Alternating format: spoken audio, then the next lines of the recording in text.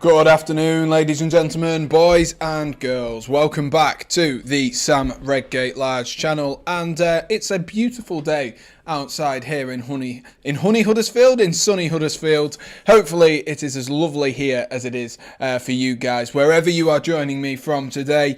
And I do apologise. First of all, I've got to start off with an apology for the lack of midweek uploads over the last couple of weeks, and of course specifically last week. Let me just realise I've got Newcastle United behind me. Don't want them behind me at the moment.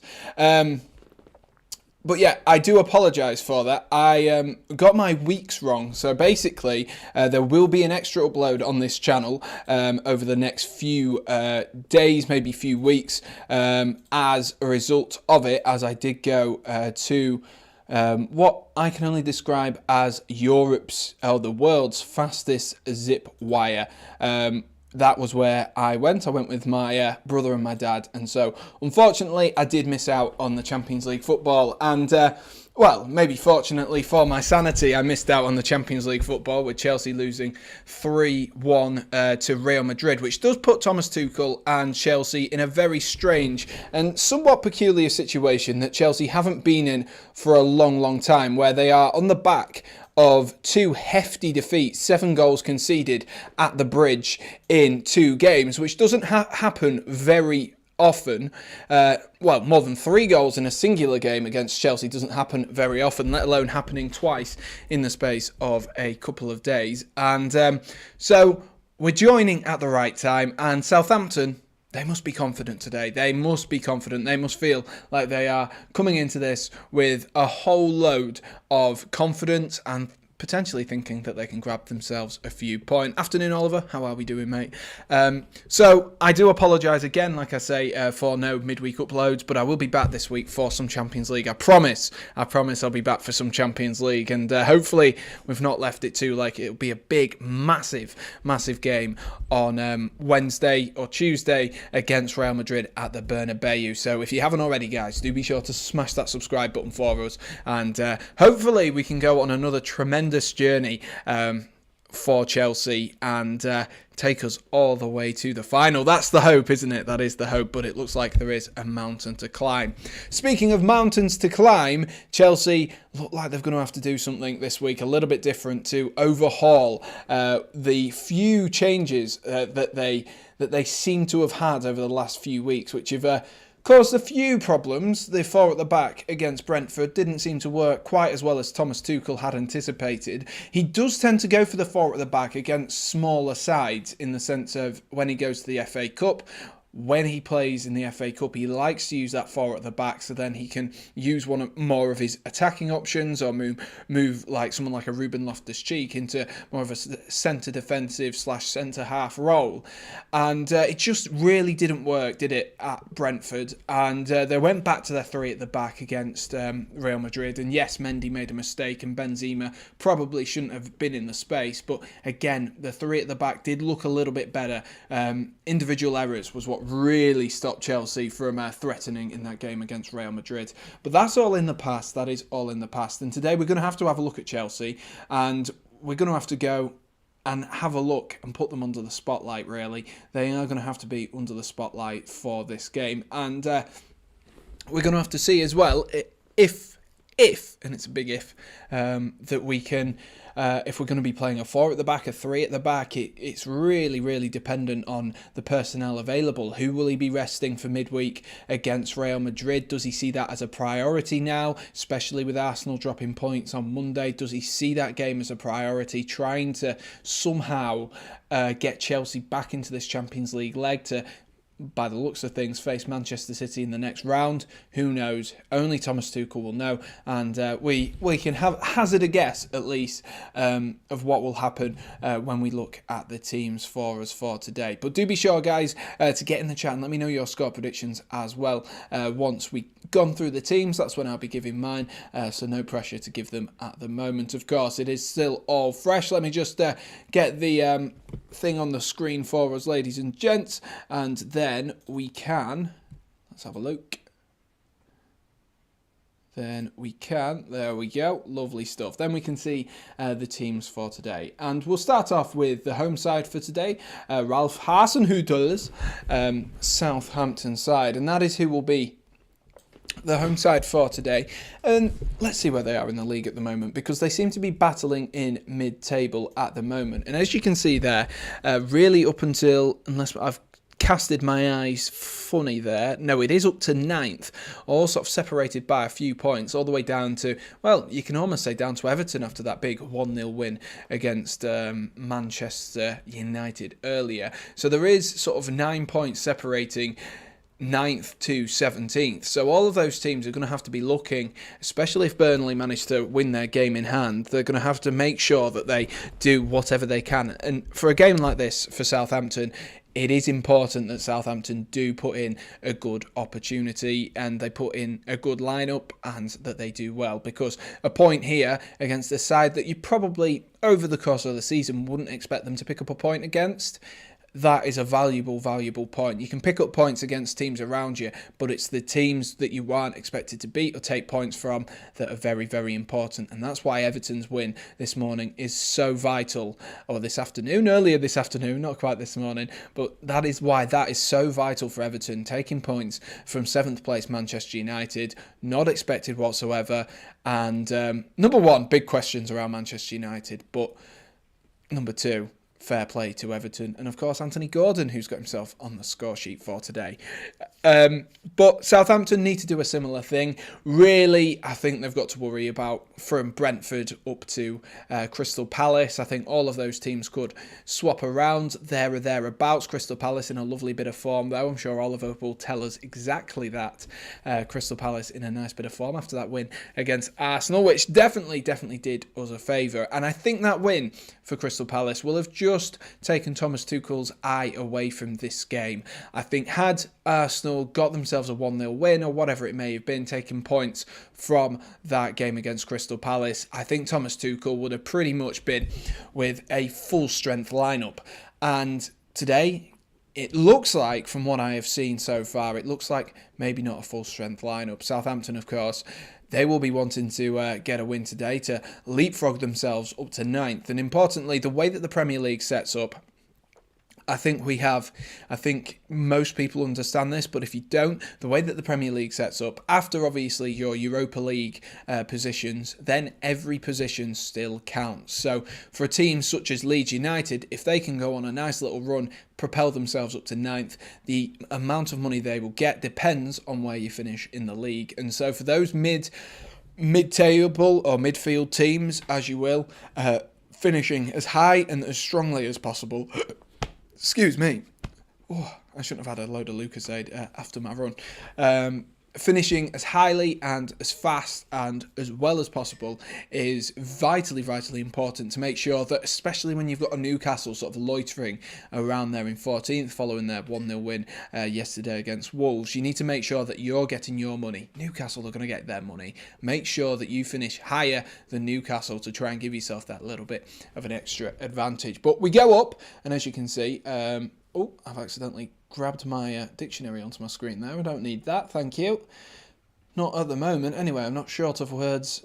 I'm very rarely short of words, I'm sure Oliver will say. Manchester United had one job and effed it up. It seems like that, doesn't it? It most certainly does seem like that. But let's talk about Southampton. So starting off in goal is Fraser Forster starting off in goal. And of course, there will be a change up front for Southampton, who cannot field Armando Broja. I've seen Valentino Livramento sat down there, that's why I got him in my head. But Armando Broja, he cannot play. He might be on my thumbnail because he's a Chelsea player, but he cannot play because he is what the equivalent is of being cup-tied. So he isn't going to be featuring today. So that will be quite a big loss for him. He's in good form this season, had a good season for the most part for Southampton. Picked up, I think he's on 7 or 8 goals this season, which is good for a young man. And Chelsea will be excited as well to have him come back into the Chelsea fold. Speaking of former Chelsea players, Tino Livramento starts off this time at right back. Him and Kyle Walker Walker-Peters, if I can get it out. Those two can tend to swap between the two of them. I know they're both quite familiar on that right-hand side, but both of which having good seasons, and will be looking to try and impress. They're not going to be far off that England squad, of course. The competition in those wide areas, definitely difficult to get yourself in for, but Walker-Peters and Livramento will be wanting to finish strong this season, just to give Gareth Southgate a few questions. And today, against a potentially a weaker Chelsea side, might be a valuable opportunity. And you were right, Arsenal got panned and I have to hold my hands up. Thank you, Wiki, thank you. But lovely stuff, and I hope you're doing well, Wiki. Hope you are doing well, and like I mentioned earlier, I think you've just eased a little bit of the pressure on Thomas Tuchel at the moment. Because of that loss. I think Chelsea will take it a little bit easier today, knowing that actually they've got a game in hand, and of course they've got that Real Madrid game. But you know, it was a good game. It was a good game on Monday. You cannot moan at some good football. Can't lie, on the Sunday before the game, I got worried about Palace, and when everyone I'm sub to started doing watch-alongs, I knew we would lose. It's typical, isn't it, Wiki? It is typical. But, you know, Arsenal have had a good season. They've done well to get themselves back up into the position that they do. They were bound to trip up some way along the line. And against the Crystal Palace side, we've seen bigger teams and more emphatic teams trip up over Crystal Palace over recent years. So it's nothing to be embarrassed about. At least it wasn't Brentford, eh? At least it wasn't Brentford. Back to Southampton, though. And Mohamed Salisu and Jan Bednarek are the two centre-backs starting for today. Salisu, of course, is Statman Dave's favourite centre half. Moving on, and it looks like it'll be a 4-3-1-2, or at least that's what they're going with on SofaScore, and I'm kind of tempted to say it'd actually be a 4-3-3. Depends on, well, they've got two strikers there, haven't they? Or a 4-4-2 more likely.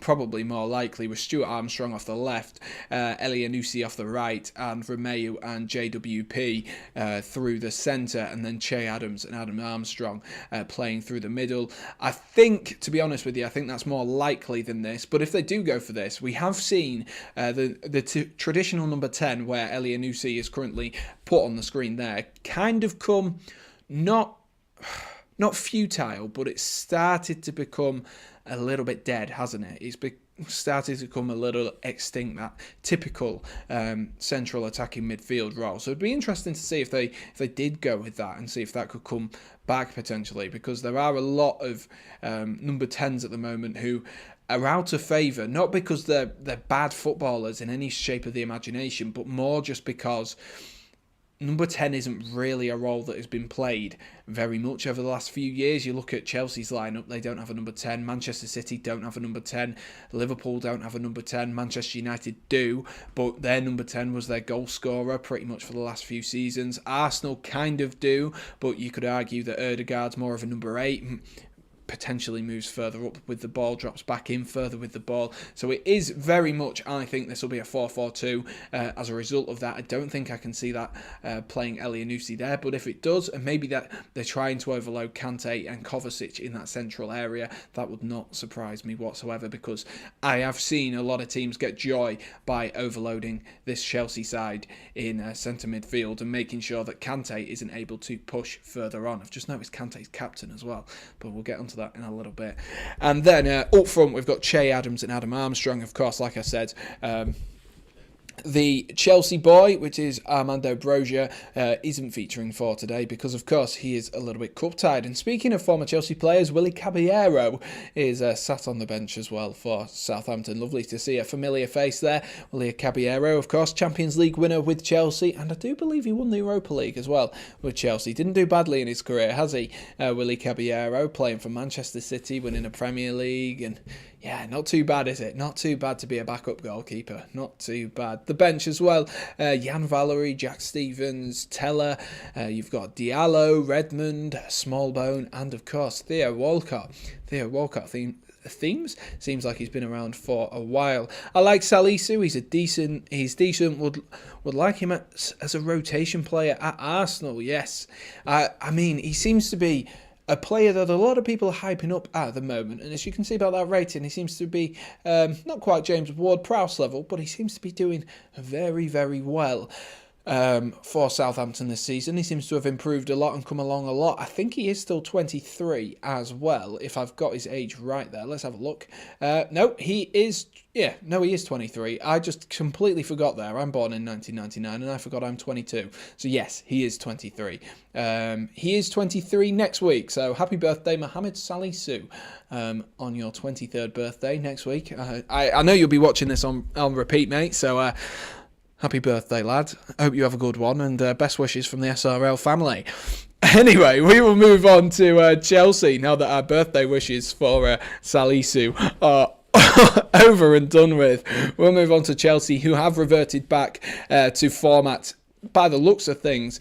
With this formation, it could still be a 4 at the back with that elbow formation, with Marcus Alonso going up a little bit further and Christensen almost playing as a third centre half, but not going forward. That'll be something that we'll be looking at. But Sofa scores, of course, going with that 3-4-3. It does seem to be that will be what they go with. Loftus-Cheek played on the right hand side quite a lot last season, so it is something that you can do, but I'd prefer to have someone with a bit more pace, or even just play Mason Mount in that sort of wing back role. I think that would be a little bit better for Chelsea. But as you can see, this is the team: Eduard Mendy, Antonio Rudiger and Thiago Silva. So there is one change in that Chelsea defence from last week that did concede 4 against Brentford, and that is Andreas Christensen coming in for Captain Fantastic Cesar Azpilicueta. We just didn't quite get it right, did we, last week? And Chelsea were exposed by the lack of pace with Marcus Alonso and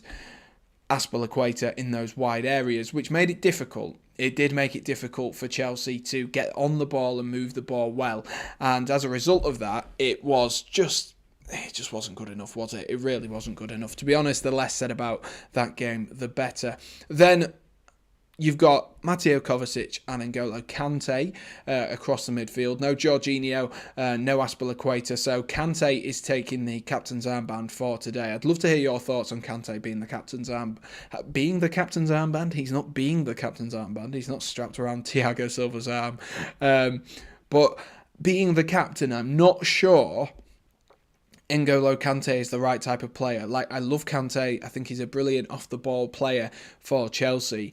But I just don't think he's the right player to be captain. You look at that team, Mason Mount's more of a leader than him. You've got Thiago Silva there, Eduard Mendy. I know he made a mistake in midweek, but I'd prefer to have him, someone who's vocal, someone who can see what's going on. And of course, Antonio Rudiger might be a little bit of the best way to say it is a little bit of a shithouse.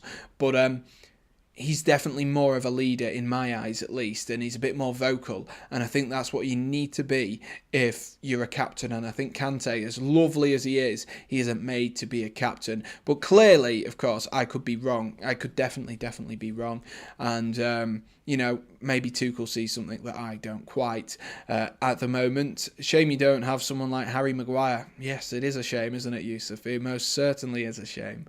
Then we'll move on to the 3 up front, and Timo Werner does retain his place up front for Chelsea today, following quite an abysmal performance. I'm not going to lie to you. I love Timo Werner. I think he's a fantastic footballer, and I think he's a fantastic person, but he was a very, very quiet in that game against Brentford. You talk about Mason Mount being quiet last week.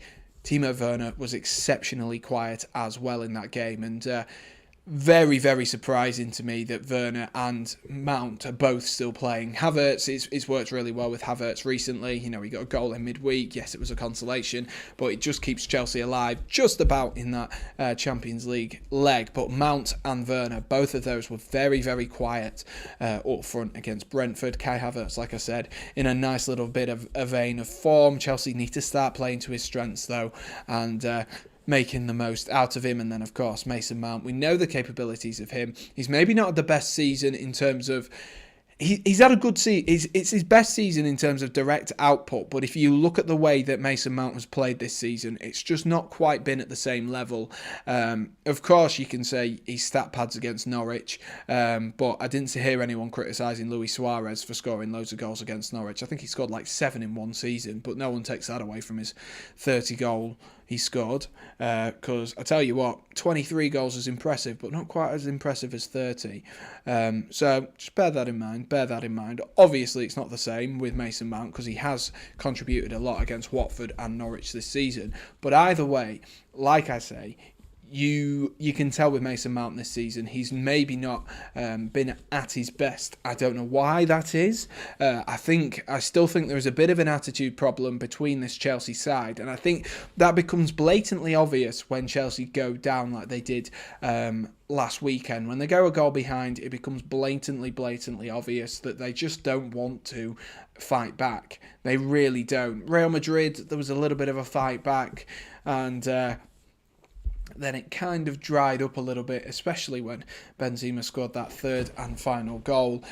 Chelsea seemed to have lost their confidence. But as you can see, it does look like that Chelsea will be preparing somewhat as well for that midweek clash with Hakim Ziyech, who of course has been fantastic so far this season for Chelsea in patches, Christian Pulisic, Reece James importantly, and Jorginho both on the bench. So to me that looks like it will be only if required that Reece James finds himself on the pitch today, because I think he'll want to make sure that he's got him nice and fit, doesn't rush him back too quickly, doesn't do a Patrick Bamford, gets himself injured once again, because Reece James and the width that he provides will be very, very important to Chelsea. And of course, Pulisic coming back from an injury, a small injury, he did pick up in the international break. But that is the teams for today. Do let me know, get in the chat, get your score predictions sorted, ladies and gents.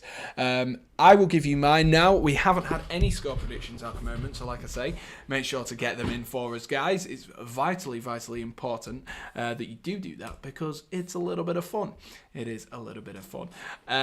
But my score prediction for today is I'm going to go with 2-0 to Chelsea. I think Chelsea will come out on top, but I don't think it'll be an easy one. By any stretch of the imagination, I don't think this will be easy for Chelsea Football Club. I think they're going to have to be at their very, very best to beat Southampton. And I think Southampton will be ready to jump on the fact that,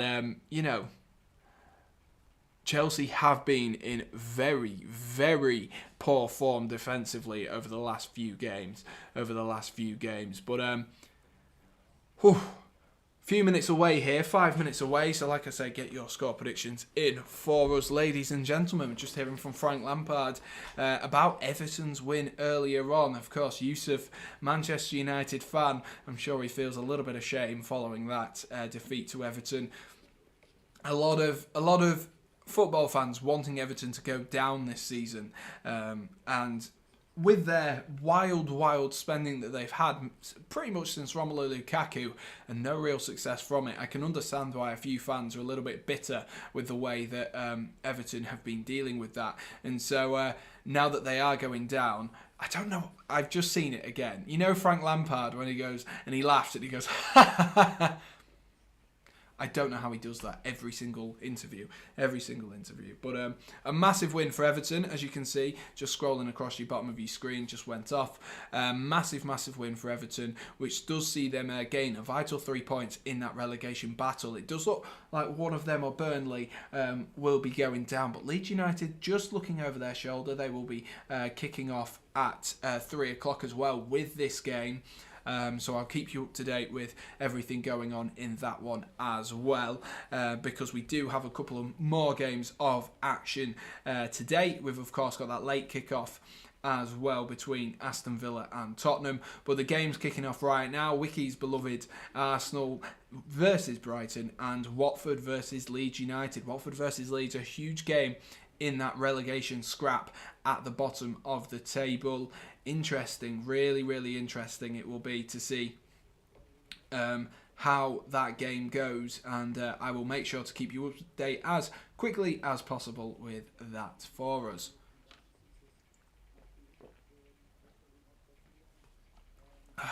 Apologies, I do have a couple of drinks here because I've I've only just got back from a run. Literally got back from my run at 2 o'clock, and of course then I needed to shower, get everything set up, the green screen and stuff like that. Batman with a very, very interesting question here. Batman poses the question that, do you think Pickford will still be given England's number one if Everton get relegated? Of course you guys answer this question as well. Good question, Batman, but for me, I think Pickford and I nearly said Pickford and Batman. I think Pickford and Harry Maguire are both in a very, very similar situation here. I think what you've got to do is take the player out of the team. We've seen before, haven't we, great players get relegated. We've seen some players who have done really, really well and get relegated. And of course, we've seen some players play badly and get relegated. Take Charlie Austin when QPR got relegated. He scored 16 goals that season. That man did not deserve to get relegated. And so you've got to take the player as an individual. And for me, Pickford, you look at him, 2018, absolutely phenomenal in the World Cup. Every time he puts on an England shirt, he is the utmost of a professional. Absolutely. He's brilliant. He gives his everything. He saves penalties against Jorginho, which is, I mean, the amount he scores, Jorginho, it's just mental that even saved that. He was the player who, for me, could have held his head up high in that final in the Euros. I think he's been really, really good for England. Yes, Ramsdale has been good, and I think we should integrate Ramsdale into that side over the course of a few sort of warm-up games. But of course, Pickford, if Everton go down, there is no doubt in my mind Pickford will be taken out of that Everton side. There'll be Richarlison who comes out, there'll be Dominic Calvert-Lewin, and Pickford, for me, will be the certain three that will come out, and maybe even potentially Demarai Gray, someone like an Alan. That team will be picked apart if they go down. And for me, I think I cannot see Jordan Pickford going down a division. So no matter what, I think whether it's he ends up being a backup or someone who needs a number one, maybe a Southampton. Southampton, you could probably say their weakest part is their goalkeeper. Jordan Pickford could do a very, very good shout. Maybe, imagine if Newcastle came into it. Pickford will go to Newcastle if they got relegated. He would not. Not as a Sunderland lad. Not as a Sunderland lad. He is not going to Newcastle United. He's a fool, Jordan Pickford, sometimes, but he's not that much of a fool. He would not be able to go anywhere in the north of England if he did that. He definitely wouldn't. Even if they chucked £2 million a week at him, I still don't think Jordan Pickford would go because of those links to Sunderland. But you know, like I say, for me, I think Pickford definitely will be there. I think he'll get taken out anyway. And of course, it isn't over the summer, is it? So he could come back September, August, whenever it may be that the Premier League restarts, whenever they set that up and have that break. And he could come back and he could be absolutely flawless, even in the Championship or in the Premier League. And you look at the lack of options, he'll definitely be going to the World Cup. It's just whether he goes all the way. Do let me know your score predictions, ladies and gents. We will be underway in a moment. Kai Havertz is just stood over the ball. Chelsea playing in their lovely little yellow kit.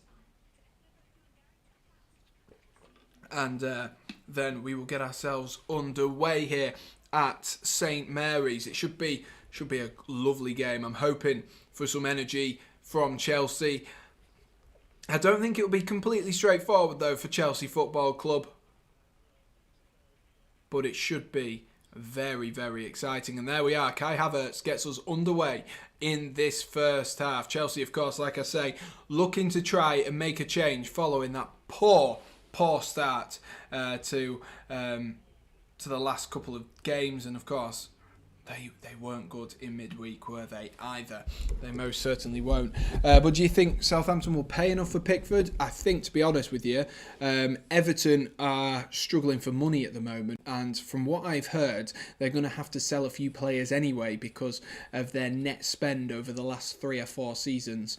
So I think Pickford, if they do go down, will be one of those players. Of course, Richarlison always gets links to Barcelona and stuff like that. James Ward-Prowse going to whip in a free kick here, headed up though by Marcus Alonso straight into the hands of Eduard Mendy. So I think they need to sell him, and Pickford, I think he'll go for 30, 40 million, and I think that would be a valid price tag. If you can get him for anything under that, I think it's definitely worth it. I don't know how much his market value is, but if someone said to me they're paying 30 million for Jordan Pickford, I wouldn't be surprised. I think it'll be more difficult to get someone like a Dominic Calvert-Lewin or a Charlison out of the club very quickly. Any transfer news for Chelsea? No, of course not. Chelsea still waiting for their, them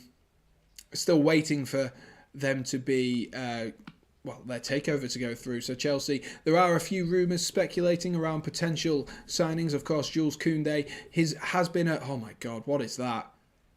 Chelsea need to switch on already, and I think that was Rudiger who's just gone to play a back pass there. Didn't look where Mendy was, and he's kicked it out for a Southampton corner.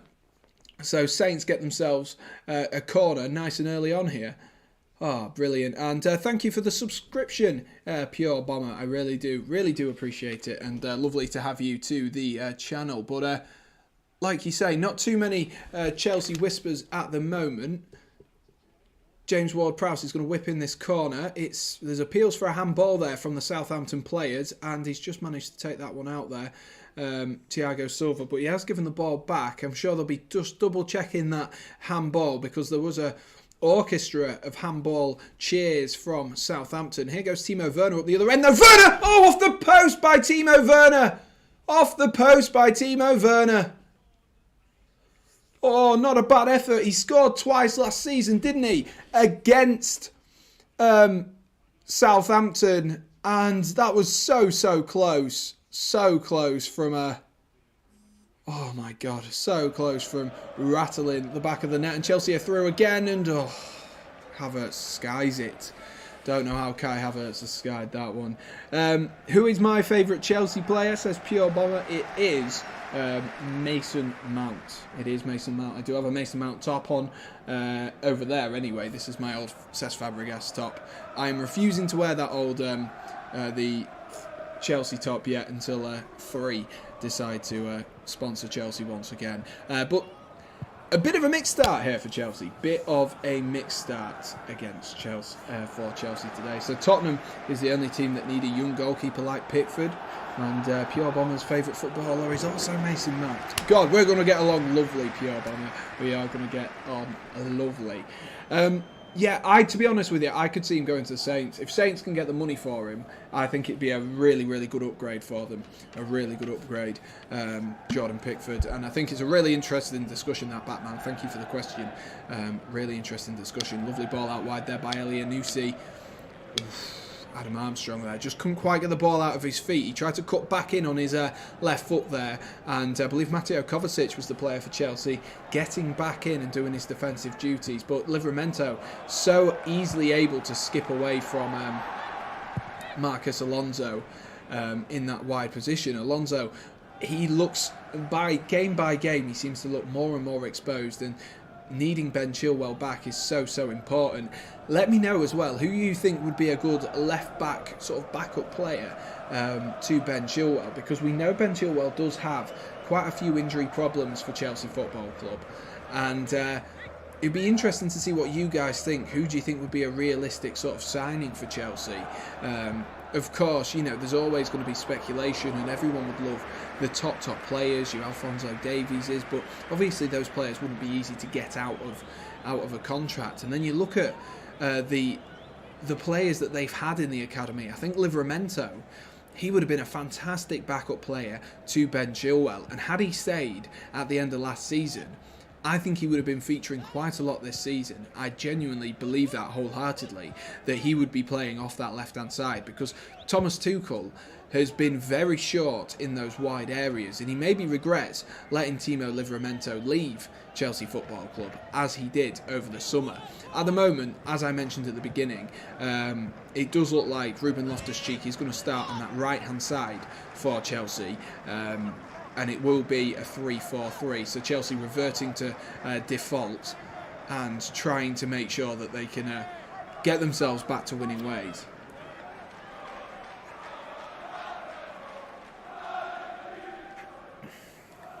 Lovely turn there by Mateo Kovacic. who finds Christiansen in a little bit of space. Good to see Christiansen back, of course. Oh, that's a great ball from Havertz. Oh, the touch from Mason Mount is poor, though. He's won it back, though, and he's going to roll it into Ruben Loftus-Cheek across to Werner. Oh, he's put it on the crossbar.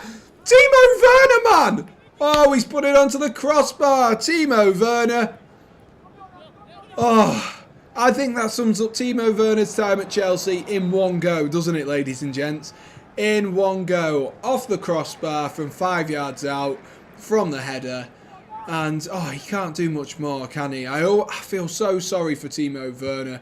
He mentioned in midweek, I believe, in an interview, or it was a couple of weeks ago, that he just doesn't feel confident in a Chelsea shirt. And it's such a shame because you can see that there is a player in there. And the movement there to get himself free was fantastic. He knew where to be.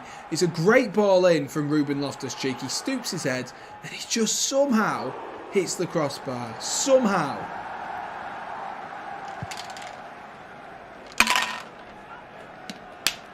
Somehow hits the crossbar, and Werner has had the better of the opportunities so far. 7 minutes on the clock.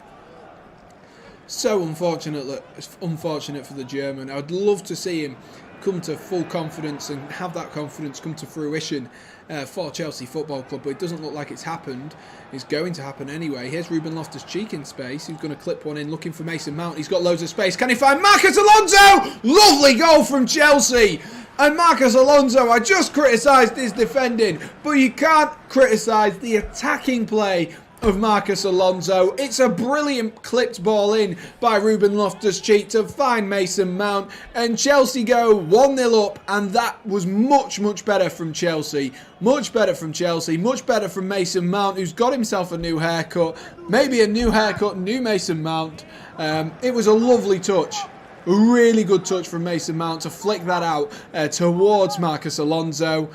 Kyle Walker-Peters could not do anything else other than try and slide in behind his goalkeeper, and Marcus Alonso does make it Chelsea 1, Southampton 0. Much, much better start than last time round. Much better start. 8 minutes in, Chelsea 1, Southampton 0 with the goal scorer, of course, Marcus Alonso.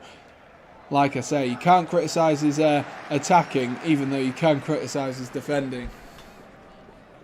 Chelsea being put under a little bit of pressure here. Following the goal, though, as Romeu, formerly of Chelsea, don't forget, tries to ping the ball forward there, but Kante has intercepted. If you are enjoying this stream, guys, do be sure to smash that like button for us and do hit subscribe as well if you are new to the Sam Redgate-Large channel. Ooh. Good start from Chelsea. That'll ease a few nerves.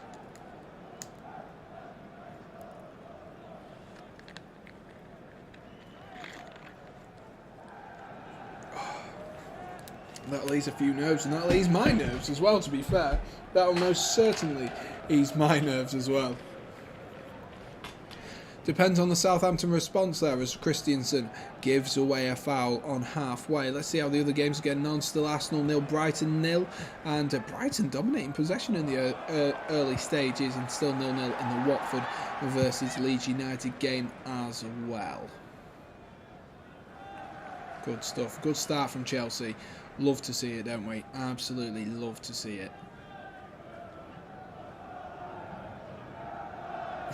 James Ward-Prowse there with a delicious ball from that free kick, and it was about 2 inches wide. That was absolutely delicious. I could taste it from here, it was that delicious. It was a great ball in, and nearly caught Mendy off guard as well. Had it been maybe an extra inch to his left, it would have ricocheted off the post and then cannoned back into the Chelsea box, but fortunately Mendy that time did have it covered. Of course, Edouard Mendy, so often the hero for Chelsea over the last couple of seasons in particular. The villain on Wednesday night following Chelsea's third goal and 3-1 demolition by Real Madrid of Chelsea. It was a questionable performance from the Chelsea goalkeeper. He hasn't really put a foot wrong, has he, over the course of his, how long have we had him now? 18 months, 2 years? Over that period.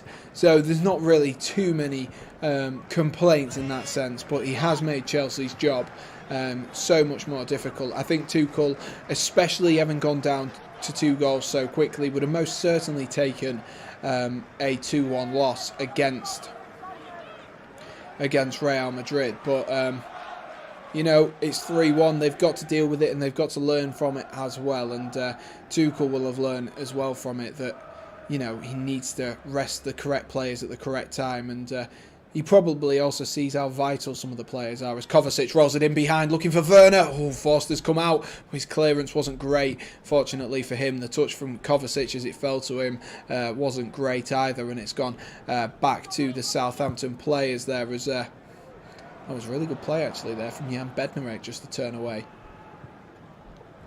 Romeu plays it into Walker-Peters down this left-hand side, who finds Che Adams. And comes back again to Walker-Peters. Salisu. A little bit of space. Elianusi there tries to pick up the ball. He does look like he's dropped into that number 10 role at the moment. Maybe that is the intention, to try and overload those Chelsea defenders. With there being 3 attackers in that area, you'd have to have every full-back marking, and then what that does create is an overload. And so the likes of Marcus Alonso, Ruben Loftus-Cheek, both of which are renowned for their defensive capabilities, will have to drop in at some point to put the pressure on. And you know, mistakes are capable from both of those players in defensive areas. That was calm as you like there from Fraser Forster, who had the ball pinged back to him, did a couple of keepy-uppies, and hoofed the ball up the field.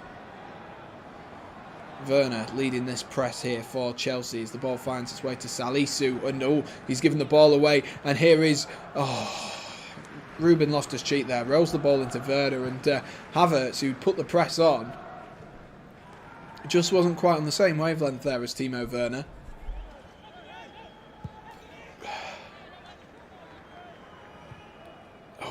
It was the right idea, but Havertz, he just needed a call there, didn't he, Timo Werner? He needed a call. He didn't quite know where he was in terms of in relation to the goal. He just ran back onside himself, and the gap that he had found himself in had closed up very much, with Salisu and Bednarek sort of closing that gap away from him. So he just needed a call, really, to say where he was, and that, well, if Havertz wanted it himself. Walker-Peters into Che Adams, who rolls this one out wide here to Livramento, who finds James Ward-Prowse. James Ward-Prowse, though, dispossessed by Kovacic, who looks forward again for Timo Werner. His pace is definitely causing a few problems at the moment, Timo Werner, who is then deemed to have been fouled there by James Ward-Prowse, just inside the Southampton half.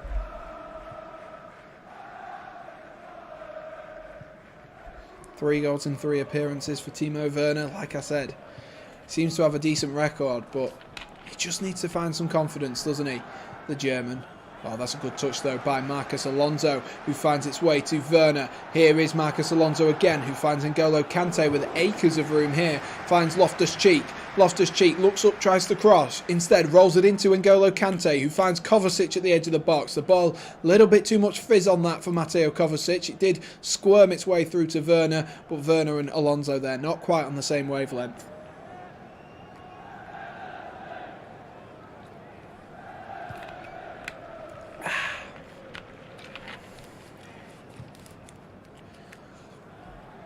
Following the wobbly first 2 minutes, it's been a lot better over the last 12 for Chelsea, of course.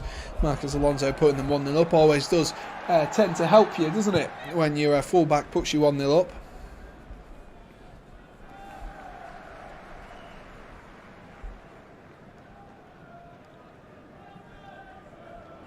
Rudiger clips one forward there, looking for I think that was Mason Mount there who's jumped up and won that one. Sorry, it was Kai Havertz, actually. It's kind of hard to tell Mason Mount from Kai Havertz at the moment, especially that Mason Mount has got himself a fresh trim.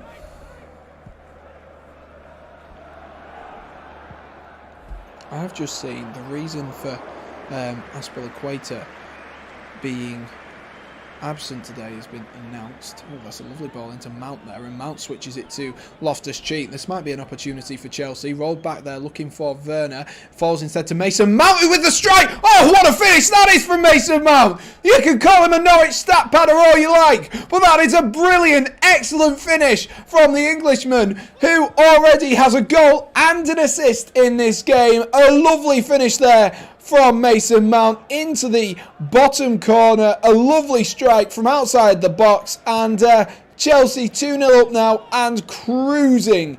It must be said, Southampton will be kicking themselves at the start they have made in this game, especially after a promising opening 5 minutes or so. But now it's 2-0 down in a blink of an eye. Mason Mount, a lovely strike into that bottom corner. Very direct, he's hit it well, and he's taken it beautifully. Maybe a deflection off the legs of someone on the way through there. No, oh, it's come through the legs though of Salisu, so it's hard for Fraser Forster to have saved. The perfect strike for Mason Mount in his I'm sure it'll be in his mind. It'll be the perfect strike going through the legs. No chance for Fraser Forster, and Chelsea 2-0 up and most certainly cruising 16 minutes in.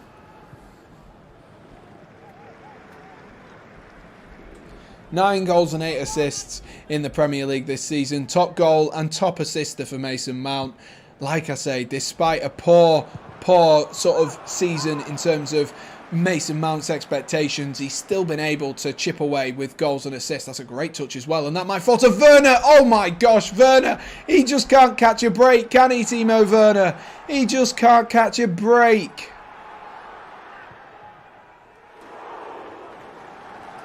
Afternoon, Fraser, how are you, lad? How are you? It wasn't technically your name, it was Fraser Forster's name, but lovely to see you, mate. Hope you are doing well. Werner, it's not going to be his day, is it? He's hit the crossbar, he's hit the post, and he's just had a fantastic save out of Fraser Forster once again. The man needs some luck, doesn't he? He most certainly needs some luck. He could literally be on a hat-trick already. Poor old Timo Werner, eh? It was a great bit of play from Alonso, who then sets Timo Werner, and it's a massive hand from Fraser Forster. It is a huge hand. He doesn't know much about it. He sticks his hand up in the air and he claws it down, and it's a phenomenal save from the Englishman, and what a save it is. What a save it is. Do let me know your score prediction for today, Fraser. I mean, we're 2-0 up now. Do you see Southampton getting anywhere? I went with 2-0. So maybe I've underestimated Chelsea. Do you think you could beat Madrid in the second leg? I think we could beat them in the second leg. But whether we'll go through is a different question. I think we could maybe sneak a 1-0 win. That's a great ball from Rudiger there to find Havertz. Chelsea look much better today than they did against Brentford, and from what I saw of the Real Madrid game as well. But yeah, it's a difficult one, Fraser, because I think we could beat them in terms of, I think we could sneak ourselves a win, but it's whether, if Real Madrid score, the tie is pretty much over, because there's no away goals. There is no away goals, so it's not like we could get a 2-0 win and then we go through. It just goes straight to extra time, doesn't it? Which is frustrating. It is frustrating, but you know that it's the change of the rules now, isn't it? It is the change of the rules, and hopefully Chelsea will be able to put in a good performance, and I will be streaming that one this week as well. Hello, it's still me, Pure Bomber. I'm on my dad's phone. No worries, mate. No worries, and thank you for coming over onto another channel. Lovely stuff. Great to see you. James Ward-Prowse there. Good ball. Here is Livramento, who finds Adam Armstrong. He's got a couple of players in support. One of those is Che Adams. The other one is Elianusi, and he's just been intercepted there. And Leeds United have scored as well. A big goal, potentially, for Leeds United in their relegation battle. Of course, Patrick Bamford out for the rest of the season for Leeds United, who he keeps sustaining the same foot injury. Very frustrating, I'm sure, for Leeds United fans, but Leeds get themselves ahead. They do get themselves ahead, and great to see as well. Really great to see. In comes a throw in here from a wide position. Clipped in there, looking towards Adam Armstrong.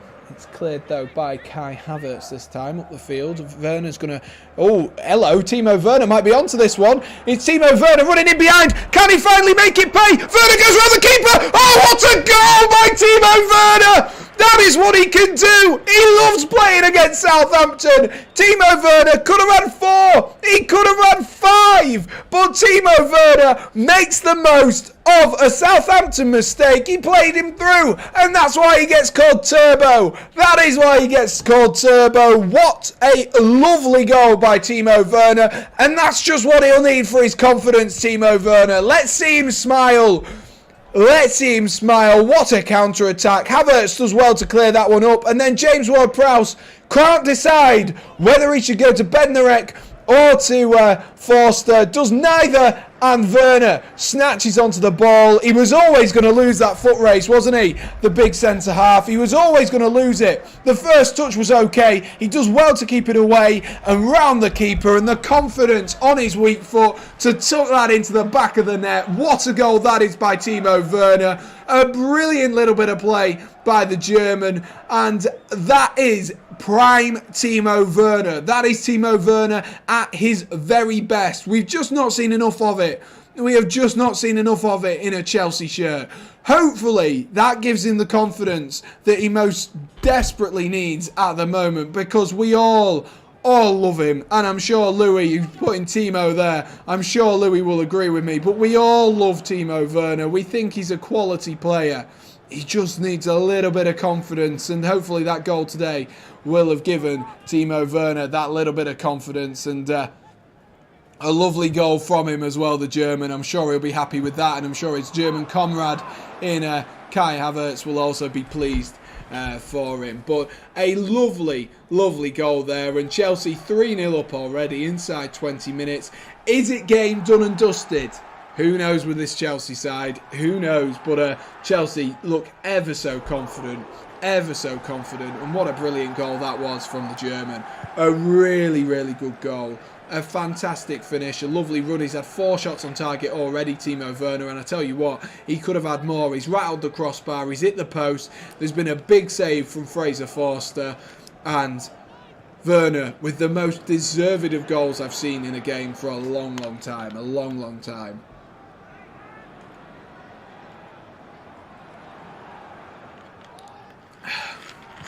Oh, oh, oh, he's magic, you know, just give the ball to Timo, he's magic, you know.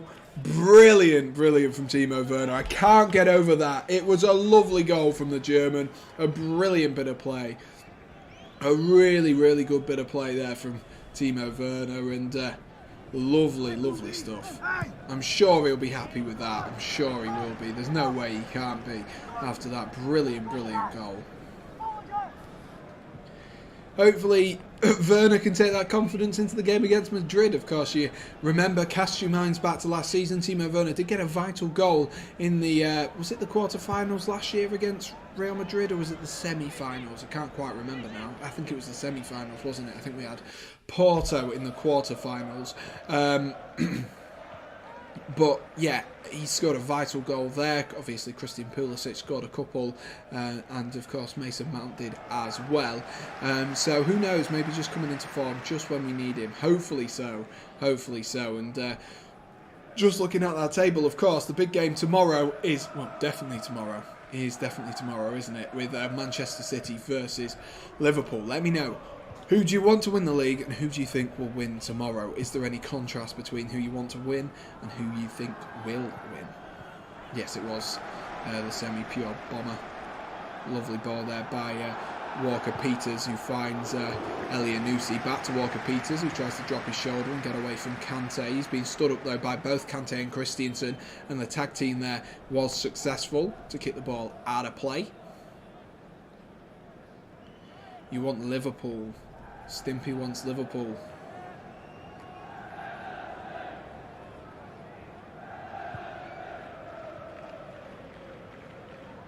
Have you been playing? I mean, relatively. Lewis says he's glad that they beat Wolves. I didn't actually see the Newcastle game last night, Lewis, I must say.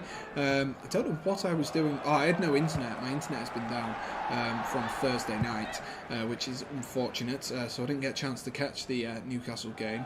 But, you know, glad for you guys that you managed to get yourself a win. A big win as well against a side like Wolves. However, yeah, Chelsea have been playing. I mean, Timo Werner's been so unlucky so far, Lewis. Werner's hit the bar, he's hit the post, and the third goal, which Timo Werner did eventually score, was a great goal. He managed to get himself in behind. It came from a Southampton corner, actually, Lewis. There was the ball flicked on by Havertz. It was a poor header back by James Ward-Prowse, and as soon as Bednarek and Timo Werner were in a foot race, you thought this will be it. This will be the moment for him. He rounded Forster, and it was a lovely goal. Chelsea playing much better, much improved, and they look like they're actually using the wide areas and utilising the wide areas. The first goal from Marcus Alonso was a prime example of that, with Ruben Loftus-Cheek dropping into a little bit of space because he started out on that right-hand side at the moment.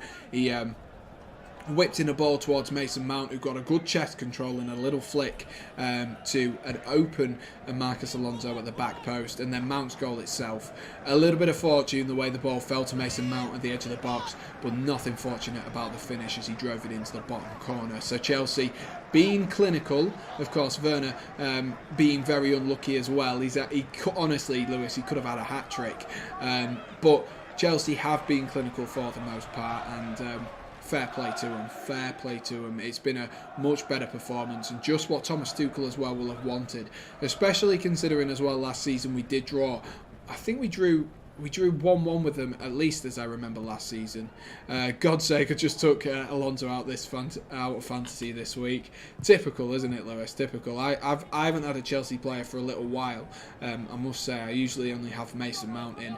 I might have had Havertz at one point. I'm not sure if I have. And I don't know if Wiki's still kicking around, but Brighton have just scored against Arsenal. So Arsenal's woes go from bad to worse, and they're ever so slowly taking that grip off that Champions League position, Arsenal are. And Brighton find themselves 1-0 up in that game, and that'll be a big goal in the battle for 9th place as well. Chelsea just dictating possession now, taking their time. That really looks like all of the emphasis has gone out of Southampton's game. They started so quickly, Southampton, in the first 5 minutes or so, and Chelsea looked a little bit wobbly, but following that Marcus Alonso goal, it has been Chelsea, Chelsea, Chelsea, hasn't it? It most certainly has. I'll double check the scorer for you, Lewis. It was Leandro Trossard. Get in, Lewis. Lovely stuff, mate. And Fraser's just come in to say Arsenal crap. Lovely stuff. How confident are you feeling tomorrow, Fraser, for the Manchester City-Liverpool game? How confident are you feeling?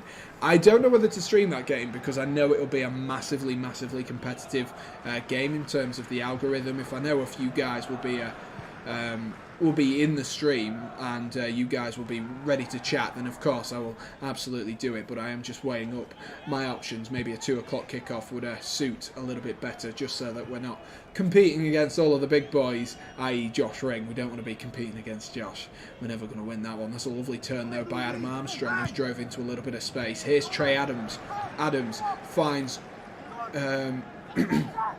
Stuart Armstrong, sorry, apologies. Here is Kyle Walker-Peters, who looks to whip that ball in, and there's no one there at the back post waiting for it as Che Adams rolls the ball back. Ward-Prowse there whips in across, and misjudged there by Ruben Loftus-Cheek, who didn't realise he had a player behind him. And a little bit of fortune about the way that I got through to Edouard Mendy, but it does eventually. Thank God I almost took him out of my fantasy. That would not have been good for you, would it? That would not have been good. I've heard a lot of rumours about people wanting to play with defenders, with 5 defenders for the next few weeks, with Trent, Robbo, João Cancelo, Reece James, maybe a Tyreek Lamptey, these players being the main focus of their defences and stacking up on defences, or a Matt Doherty, who seem to be doing well at the moment. Interesting to see what everyone goes with, though. That's a lovely ball from Rudiger there, just evaded the touch of Kai Havertz, though, unfortunately, who keeps putting on a little bit of a press there, and it's won back by Timo Werner. Here's Timo Werner again. He's going to dance away from a few. Lovely from Timo Werner! Oh, it's off the post! Kai Havertz scores! But it's off the post and it's in the back of the net! What? Oh, Timo Werner, man. That man cannot, honestly, he is so good, but he's just that far away from being a phenomenal player. He could have had 5. It hit the post. It fell to Havertz. And it's Chelsea 4. Southampton 0. Chelsea 4. Southampton 0. And I tell you what, I'm going to run out of room for all the goal scorers again, like I did with Spurs last time out, because Chelsea... Havertz does so well to nick the ball back there. Werner does well. Salisu on the floor complaining. Werner does well. Skips away. Evades 2 tackles. Hits it onto the post. And you can just see the frustration from Timo Werner. But he's playing so well. So well. It's so unfortunate for him. So unfortunate. But he's been absolutely phenomenal this game. So far in this opening 30 minutes, Timo Werner has 100% been the man of the match. He has been so good. He's been so good, man. It's so frustrating, dude. It's so frustrating. And now I'm wondering if I still have Kai Havertz in my team, because I would greatly appreciate if I didn't take him out. Oh, I didn't. Get in. I thought I'd taken him out, but I took St. Max out instead for Rodrigo. And I don't know why, but I did, to get Matt Doherty in my team. Lewis, he says he plays 5 at the back with James, Byrne, Cody, Rudiger and Emerson. I'm not a big fan, though, of doubling up on defenders, because all it takes is a goal, for example, with Robbo and Trent, for example, against Man City, for City to score 1, and then all of a sudden you've lost your clean sheet points, and if they have a poor game and don't get an assist, then you get no points from them. But Chelsea look rampant here, and here goes Timo Werner again into some space, and that's more of a tame effort. But Fraser Forster is fuming at his defenders. It's so easy for Timo Werner. He could have had 5 or 6 goals so far, Timo Werner, and I'm absolutely loving this game. It's such a change, especially from the week that Chelsea have had. What a turnaround this has been.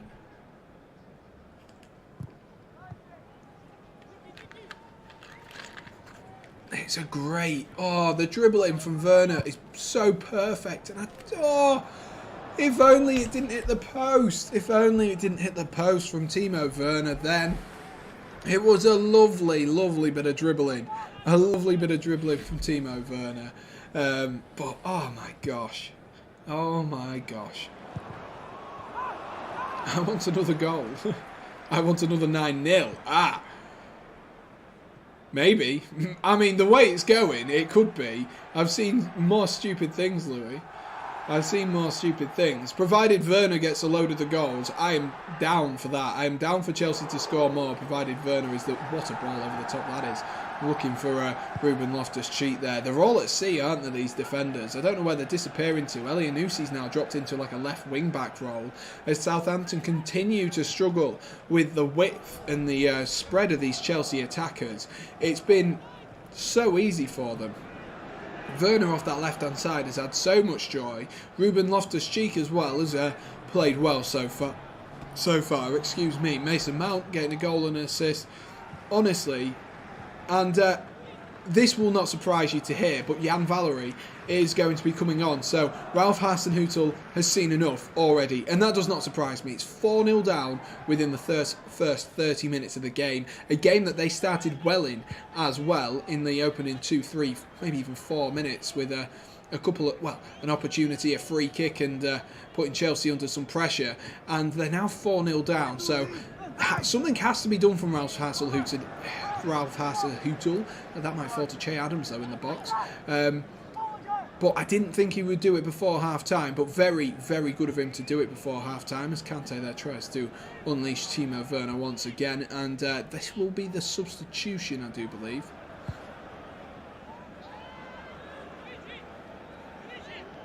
It will be. It is time for the substitution. Let's see what they do.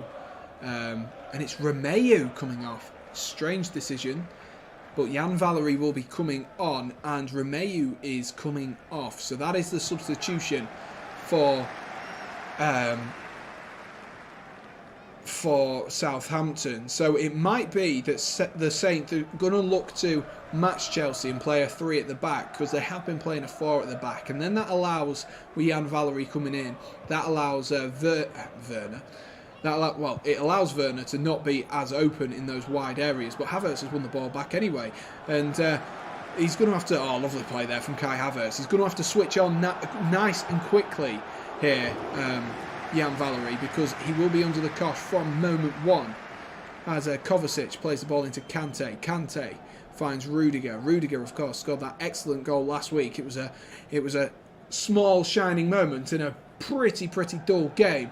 I'll get to your comment in a second, Lewis. I just have this feeling that something's going to happen here as Kovacic rolls the ball through, and that was well read there by Saints, who tried to get themselves back on the ball. Yeah, so it does look like the Saints are trying to match Chelsea to try and stop that overload that seems to be happening down that left-hand side, and also allow the wing-backs of Tino Livramento and, of course, Kyle Walker-Peters to attack the weaker defensive displays is what I meant to say, as we're watching 2 roulettes in a row from Kai Havertz. He's showing a little bit of class today. But I think that's what they'll try and do, and potentially try and spread it and try and get themselves a consolation, or try and get themselves back into this game. Let's read Lewis's comment now. We got to Lewis's. Let's go in a 45 points now. I had Burn triple captain and had 24 points in total. I was joint highest points yesterday. Nice. Good stuff, Lewis. Good stuff. 24 points. I think I'm on... I got 7 from Dubravka yesterday, and I also got 6 from Havertz at the moment, so I'm on about 15, 16 points. I've still got Rodrigo, who's playing as well. Gabriel is playing, and Saka as well. Jesus. Oh, yeah. And fortunately, I benched Livramento. Fortunately, I did bench Livramento, who's already got himself a -1 for conceding 4 goals.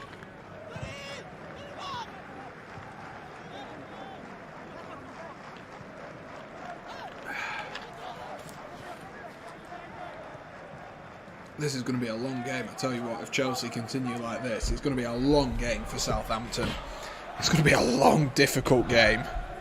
And I'm here for it. After that weekend of hell last weekend and a poor midweek performance, I am most certainly here for it. The biggest positive, though, was I actually, I don't know if anyone saw, I am going to share it actually after tonight's game. Last week I did make someone's fan react thing, which was awesome. Got myself a few new subscribers, so if you are one of those and you're listening, thank you to those who did subscribe to the Redgate-Large channel. And hopefully you are a welcome and you are a welcome subscriber, but hopefully you will enjoy the content coming to SRL.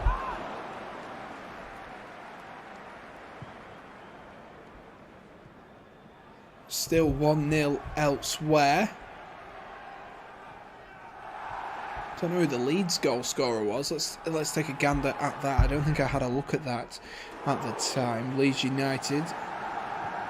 Rafinha gets himself a goal. Of course it's Rafinha, the man linked to Barcelona, and I think every club across Europe must be sniffing around Rafinha, especially if they get relegated. Doesn't look like they will, though, with them 1-0 up against Watford, but if they do somehow get relegated, Leeds United, he'd definitely be out the door.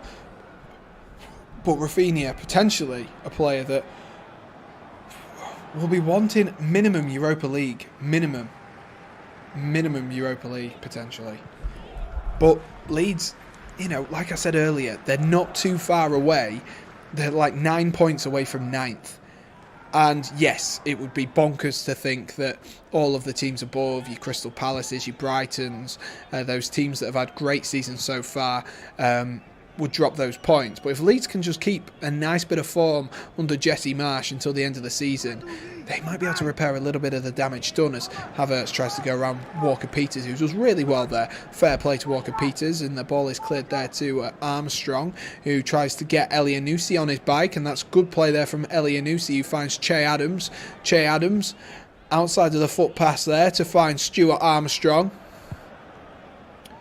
Here is Stuart Armstrong on the left-hand side. Walker-Peters just arriving now, who tries to go past Ruben Loftus-Cheek with ease, might I add, because Loftus-Cheek isn't the greatest defensively. It's whipped in there by Stuart Armstrong, and that's gone all the way through. And good call from Edouard Mendy there to tell Marcus Alonso that the ball was going out of play. Alonso was ready to header that one back out of the Chelsea box, but a good call by the looks of things from the Senegalese goalkeeper.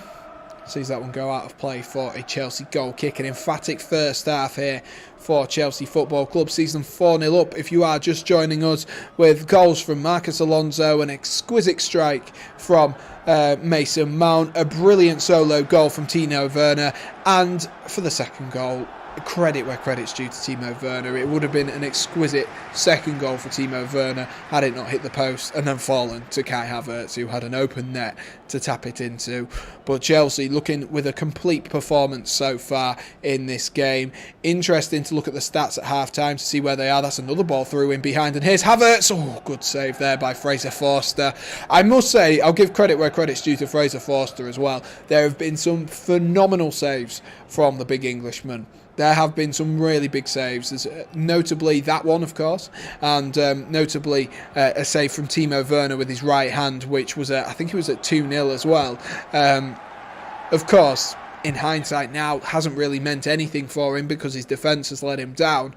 But he has been putting in a good performance, and he should be proud of his performance so far, despite the 4 goals. Marcus Alonso takes that corner there. It's headed clear and hoofed up the field there. And there was no Southampton player up there, though. No Saints player up there. And now Edouard Mendy's just stood with the ball at his feet. Brilliant. Nice and entertaining stuff here for us. Nice and entertaining stuff here.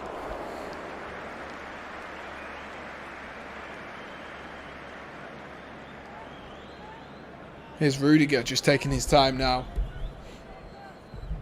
4-0, I can't believe it. I cannot believe it. I said 2-0. I thought this was not going to be easy. But 4-0, man. 4-0. Unbelievable stuff from Chelsea. Unbelievable.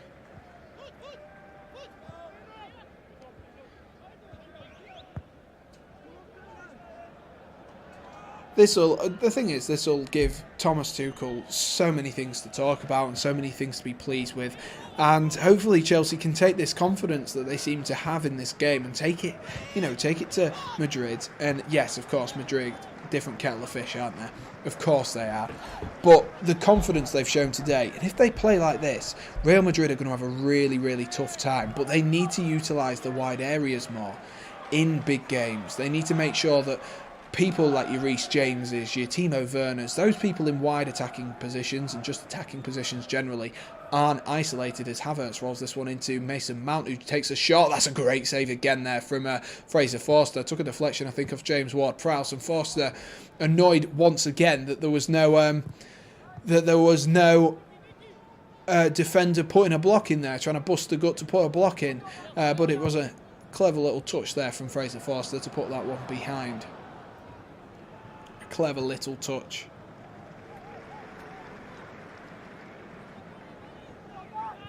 Good stop there, and in comes the corner from Marcus Alonso, and oh, what a save that is from Fraser Forster. Another brilliant save. That took a couple of deflections on the way through. That header, I think it was from Thiago Silva, and it found its way through to Fraser Forster. Havertz was about to jog on the spot and tap that one in, but what a save that is from Fraser Forster. Another great save from the Englishman. And he is the only, like I say, the only Southampton player who I can really sit there and say he has put in a good performance in this game so far. That was a great, sharp save down to his right-hand side. Really, really good stuff from Fraser Forster there to keep it at 4, to keep Chelsea, well, to keep Southampton just slightly alive in this game. I don't think you can say that they're completely alive. They've probably got a slow pulse, but they are just about on the edge of it. And if they can get themselves a goal before half-time, that will definitely give them a little bit of confidence to take into the second half. But it doesn't look like that's going to be it at all. Chelsea dominating possession, dictating the play, and causing lots and lots of problems. Who did that come off, that initial header? It's Loftus-Cheek with the header, and it's a deflection off Salisu, and it takes the ball completely the wrong way. It does take the ball completely the wrong way, and Arsenal have just got themselves an equaliser. So it is Arsenal 1, Brighton 1. Let's have a look who the goal scorer is there on the live ticker. If it updates for me, that would be absolutely fantastic. And it is Gabriel Martinelli who gets a goal for Arsenal. So brings that back to 1-1 in that game. Brings it back to 1-1. Unbelievable stuff from Arsenal to get themselves back in it just at the death before the second half, or before half time, should I say. It's Gabriel Martinelli with Gabriel with an assist. I'll take that. I'll take some FPL points. Thank you, Gabriel. I'll take that. We've got about 30 seconds left here of regular time. It's just 2 minutes added time at the end of this first half. That'll just be for the goals, and I'm sure we'll just have a quick throw-in taken here, and then the referee will blow up for half time. And that is it. That is half-time. Chelsea 4, Southampton 0. What a disappointing first half that has been for Southampton. And what a great first half it has been for Chelsea. And it's obvious, of course, it's always going to be difficult coming and, having Chelsea come to your stadium. But this is a massive missed opportunity for Southampton. We'll have a look. We'll dive into a few of the stats, of course. With there not being too many people in the chat at the moment, there's no real point in doing a halftime game because it'll just be me sat here reading out questions and answers. So we might as well have a read through the stats. But, when there's more people on, we will go for a halftime game. But let's have a look. Let's take a look at SofaScore. Let's take a look and let's see where Southampton have been going wrong. I think it is a little bit obvious, as I've been speaking about. Southampton, oh my God, look at these player ratings, ladies and gents. Look at these player ratings. What on God's green earth are these player ratings for Southampton? Look at them player ratings, man. And just like I was saying, Fraser Forster, the only one really who can be happy with the performance that he's had so far. The only one really, and a 6.6, a respectable 6.6 for him. A very, very sort of lacklustre first half for Southampton. And if you look at that on your left hand side, let me move my mouse so I think you guys can see my mouse on here. But the attacking momentum. Here, as you can see, this is what I mean. They started pretty well. They got themselves a couple of free kicks early on, tested Mendy early on, but from there on in, the game just changed. That Marcus Alonso goal on 8 minutes changed the game.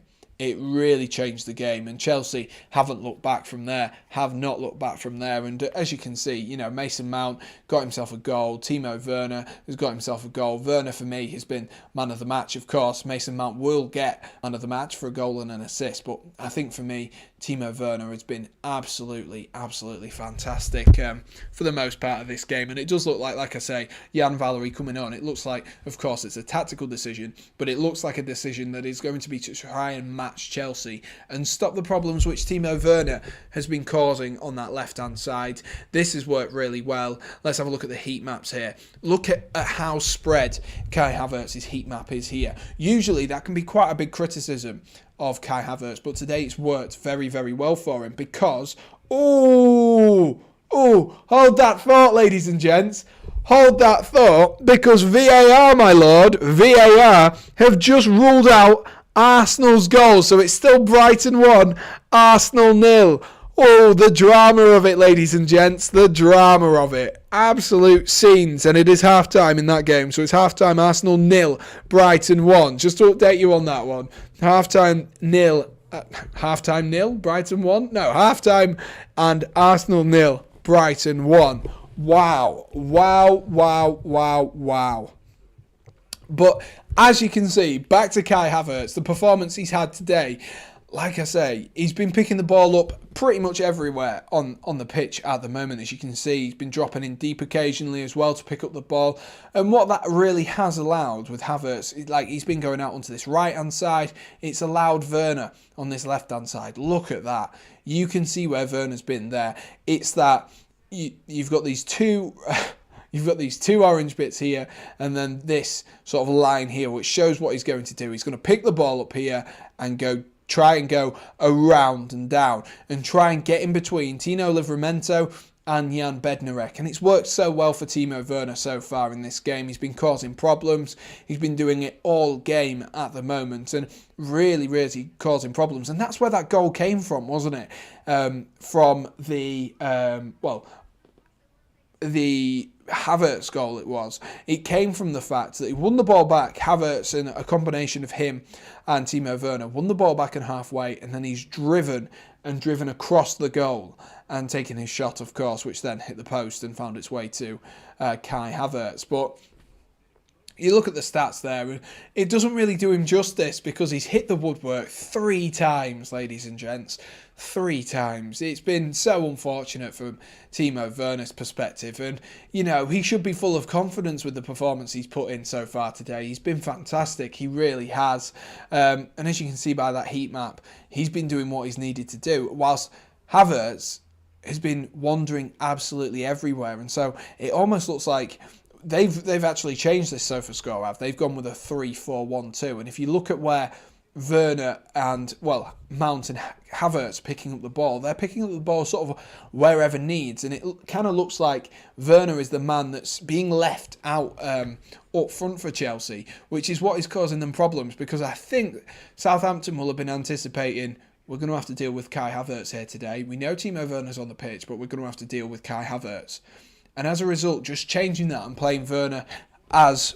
not through the middle, but playing him up front has definitely caused a few problems for Southampton at the moment. And 4-0, it doesn't even flatter Chelsea. It doesn't flatter Chelsea. Werner being so unfortunate. Look at those shots there. 12 shots, 9 on target with 3 off target. And Fraser's back. Good to see you, Fraser. Good to see you. Just back for a bit of half-time analysis. And Chelsea, to be honest with you, I never understand how they quite do these defensive ratings when Chelsea really haven't had much to do defensively. You look at that, 3 shots in total for Southampton, none on target, 32% ball possession. It's not really what Ralph Hasenhüttl will have wanted. And Louis joked in the chat earlier on, didn't he? I want another 9-0.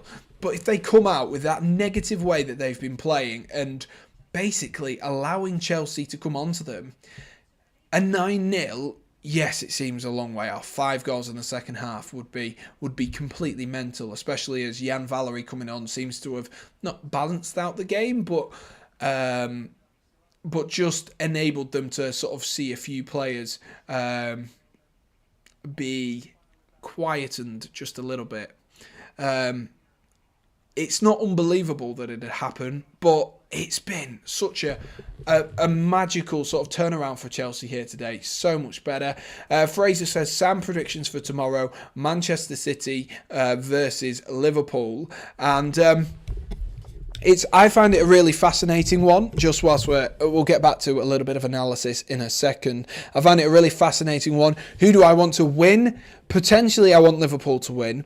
And the reason I say that is I just get fed up with City winning the leagues after leagues. And Liverpool, I like the fact that they're a self-sufficient club at the moment, particularly, God, has anyone just noticed they've updated those player ratings as well? Because I've just noticed Jan Bednarek's gone further down, and look at that defensive player ratings there. Walker-Peters, 5.7, 5.5, 5.4 for Livramento, 5.8 for James Ward-Prowse, 5.9 for Bednarek. Holy Holy Mother of God. Jesus, man. But yeah, for me, I like the fact that Liverpool are self-sufficient, which is obviously, I know, ironic coming from a Chelsea fan, but I do like that. I do like the fact that they are self-sufficient.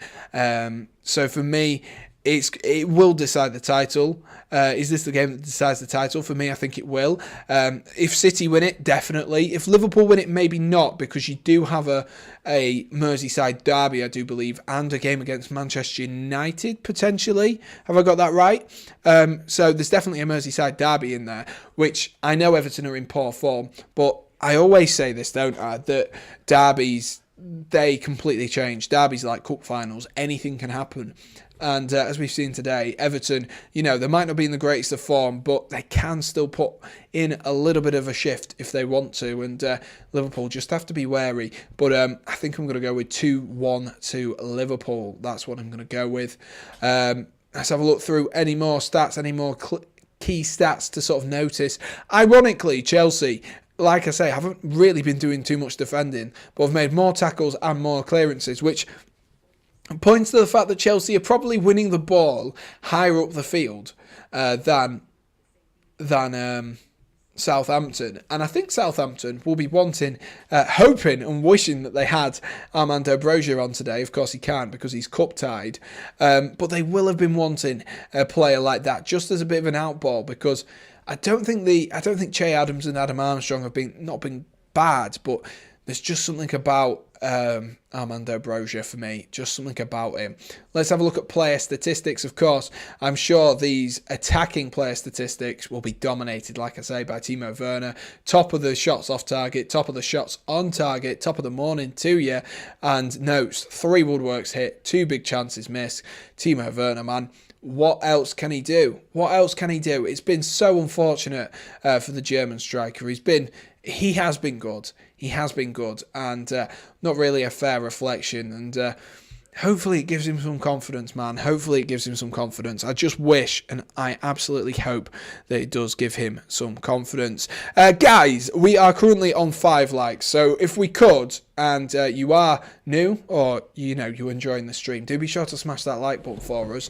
That would be greatly appreciated. We're looking to try hit 15 likes on this stream, so if you could do that for us, that would be absolutely fantastic. But we will ping ourselves back to this screen so you guys can see the goal scorers and everything else. And I'm just going to get to see the Everton goal here as they're showing the highlights. Let's have a look at the Everton goal. And it's a David De Gea. David De Gea. It looked like a lovely... Oh, it's come off Harry Maguire. Oh, typical. The man can't catch a break, can he? The man cannot catch a break. I play a lot of Fortnite. Oh, he cannot catch a break, can he? Harry Maguire. I do feel sorry for him this season. That's a good save from Jordan Pickford as well to deny Ronaldo at the desk. Harry Maguire! But, yes. Oh, so frustrating.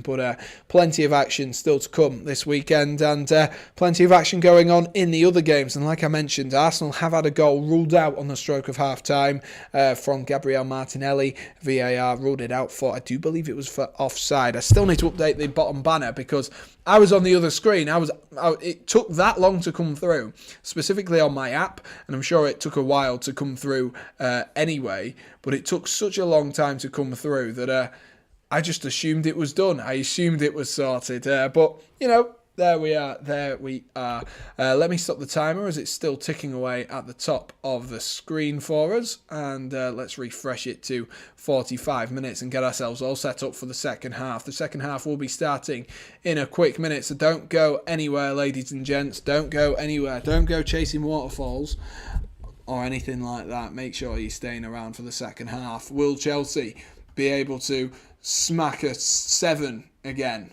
Will they be able to put 9 past? Who knows? Southampton, though, do look rocky at the moment. They most certainly do. Have I got the background noise on? No, I don't. Good stuff. I even remembered to do that. God, I sounded drunk when I said that then. Jesus, I sounded drunk. But, 4-0. I'm so surprised. 4-0 inside 30 minutes is absolutely mental.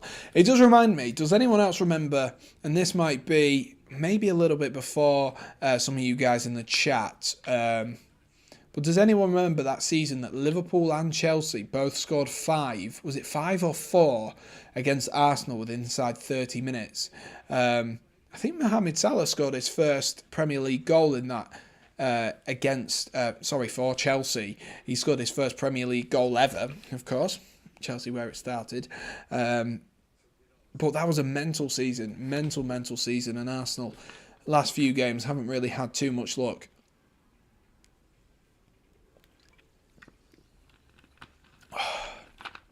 Oh, God, I can feel me legs. Whew. Oh.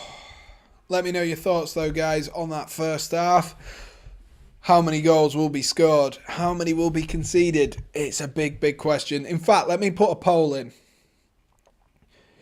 Let me put a poll in the chat for us, ladies and gents. Let me put a poll in the chat. Where's it gone? Where's my chat gone? Why can't I see it? Here it is. Let me put a poll in here for us. And if I can I do it on here? Can I do it on my phone? I can send emojis. That's not quite what I wanted. Can I put a poll on here? No, I don't think I can. Right, I'll do it on before the game gets underway for the second half. We're going to put a poll, and you're going to let me know. Will Southampton concede 9? Will they concede 9? That's what we're going to do. You know, just for a bit of a laugh, ladies and gents. Just for a bit of a laugh. Let's go on YouTube and let's get this sorted out for us, guys. The second half will be underway any moment, though, ladies and gents. So do stay tuned. I don't know why I sent that emoji, by the way. I just kind of sent it because it was there.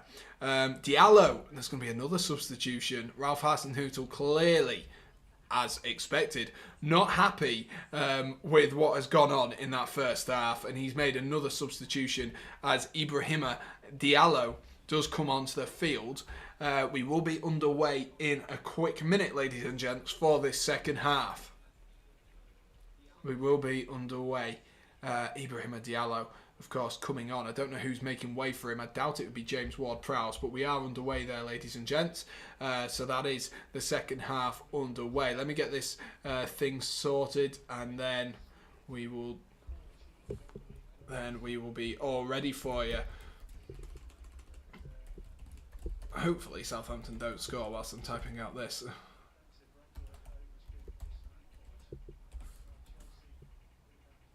Not 90, Jesus.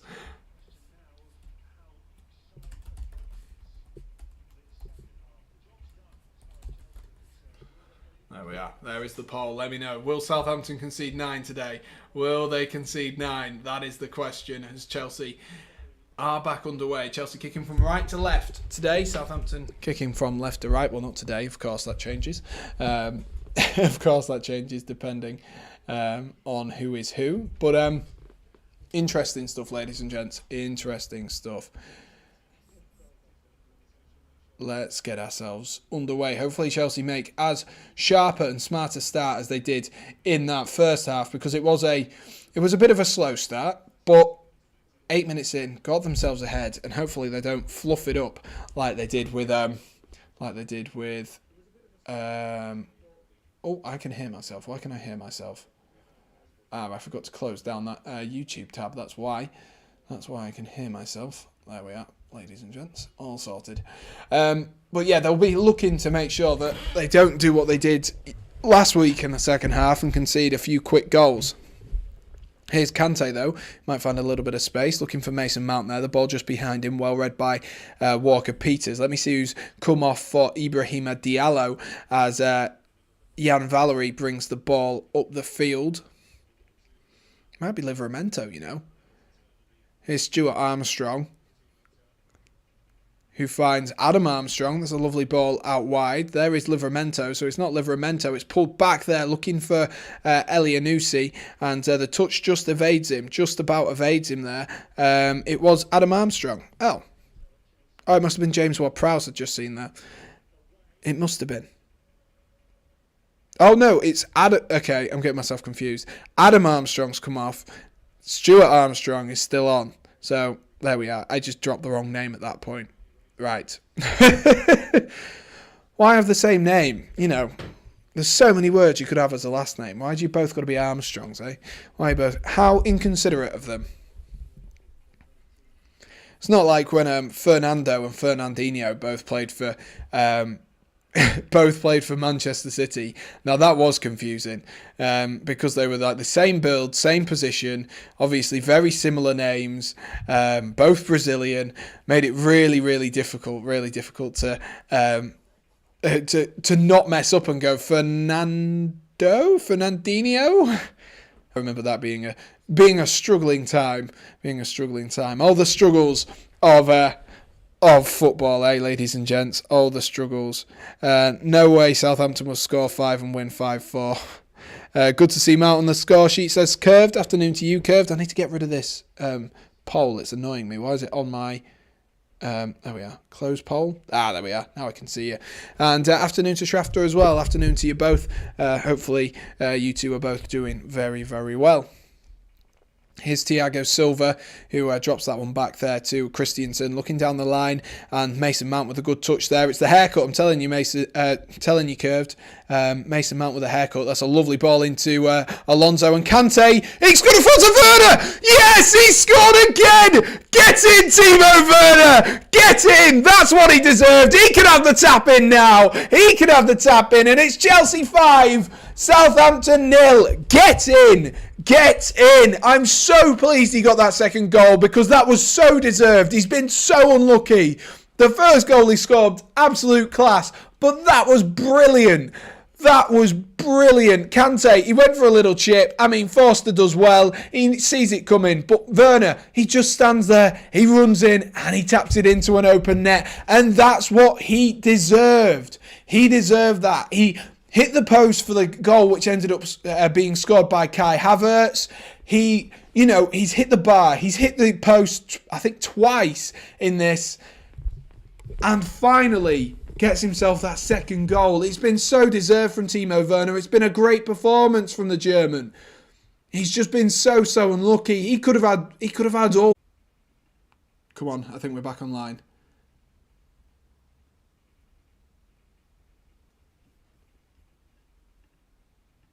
I think we're back. Are we back? I don't know if you guys can see me. We are back, but I don't know if you guys can see me. Yeah, we're back. Sorted. Right, I've just had to swap over to my hotspot because it just, for some reason, dipped out. I've been having problems with Wi-Fi all weekend. But, yeah, I can't remember what we were talking about. But good to see Werner on the score sheet as Southampton tried to get themselves up the field. And now all the chats are just coming through as well, so even better. Get us up to date with everything. Hopefully my internet starts going again and gets itself back working, but we are hotspotting, so I do apologise if there's any lags or anything like that. The internet just completely dropped out again. Been having a few issues. The German Super Havertz, exactly. German Super Werner, German Super Rudiger. Oh, that's a great save. I just missed that, actually. It's a great save from Edouard Mendy to keep the clean sheet intact. Che Adams there, jogging on the spot. Bit of a sweaty goal. But that was a good save there from Edouard Mendy. That'll do his confidence the world of good as well after that mistake in midweek.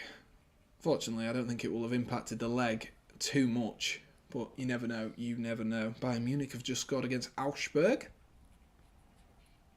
Timo Werner there, just penalised for a push. Just penalised for a push. I'm actually quite surprised, actually, that my stream thing continued, despite the fact the thingy dropped out. But interesting stuff. Interesting that it carried on. Lewandowski's got himself a penalty, which is even better.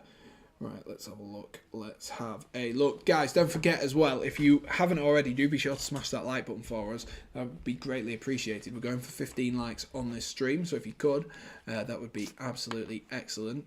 Can we clear the drama? What? What do you mean, can we clear the drama? What do you mean, Bailey? What do you mean? What do you mean? What do you mean? God, there's a massive game going on between Köln and Mainz. I swear Mainz were 2-0 up in that. They were 2-0 up. Just to get distracted a little bit here, ladies and gents, whilst Chelsea just throwing the ball in. Mainz were 2-0 up after 55 minutes. It's now the 82nd minute. And Köln, or Cologne, which is the English pronunciation, are now at 3-2. And there's a lovely ball there to Marcus Alonso, who finds Mason Mount. Oh, it's saved. Werner. Oh, there is Mason Mount. That was Havertz coming in. I do apologise. It was a lovely, lovely goal. And it's 6, ladies and gents. It is 6. 6-0. Mason Mount gets himself a second. And it was a good ball in initially. Sorry, it wasn't Kai Havertz. It was Christian Pulisic. I didn't even see come on at half-time. But Werner was jogging on the spot to fill in and to come back, and it's 6-0 now, and 9-0 coming. That's the question, isn't it? That is the question. Will Chelsea get themselves to 9-0? It's 6-0, and surely Ralph Hasenhüttl can't have 3 9-0s. It's a brilliant response from Chelsea, though, following their defeat last week. It's the 2 defeats, one in midweek and one at the weekend. It's a great response. And is it going to be 9? Is it? Oh, it could. It could. I know the real reason why Real Madrid won, Sam. What was it? And I was having a bad day, and you was annoying me.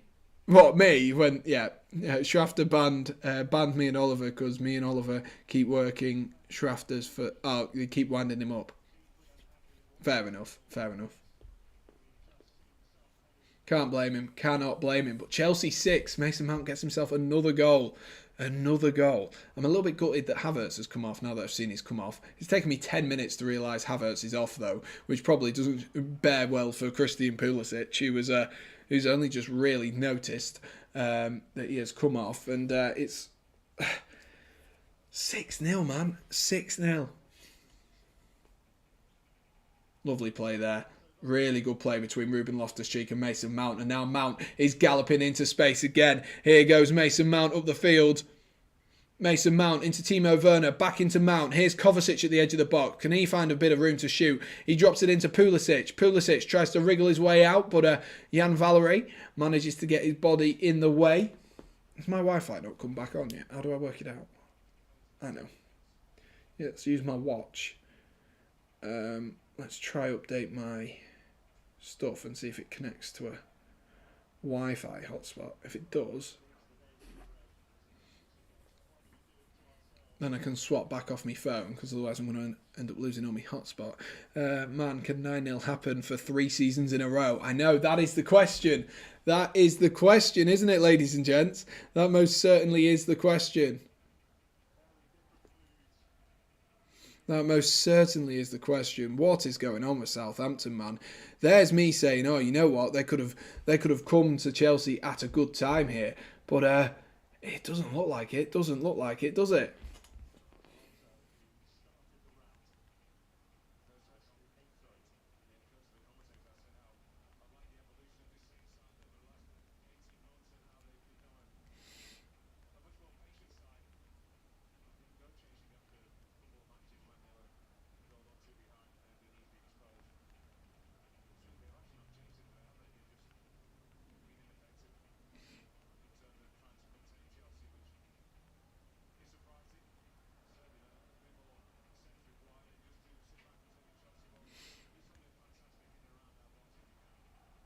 That's a lovely ball as well into Mason Mount, and that's just intercepted there as he tried to go forward. But the referee's pulled it back, actually, for a free kick. I just realised I've not got the background noise on.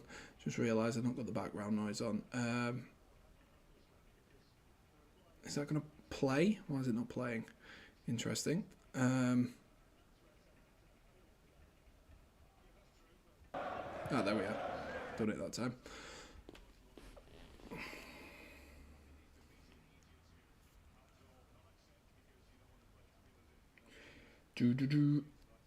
Chelsea are just dominating today. Dominating.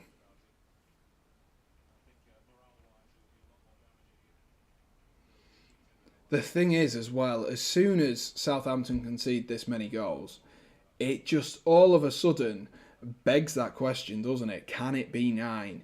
Can it be 9? And like, it's not a good accolade to have that you've conceded 9 twice, as Rudiger there looks forward towards Mason Mount.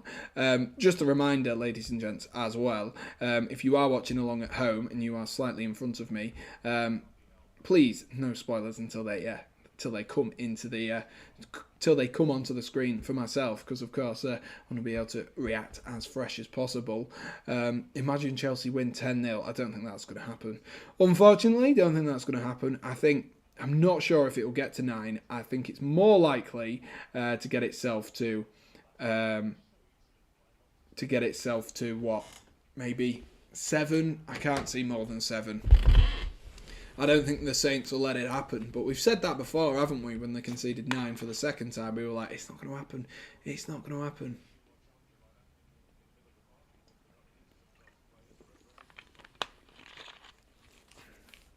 As Ruben Loftus-Cheek there just fouled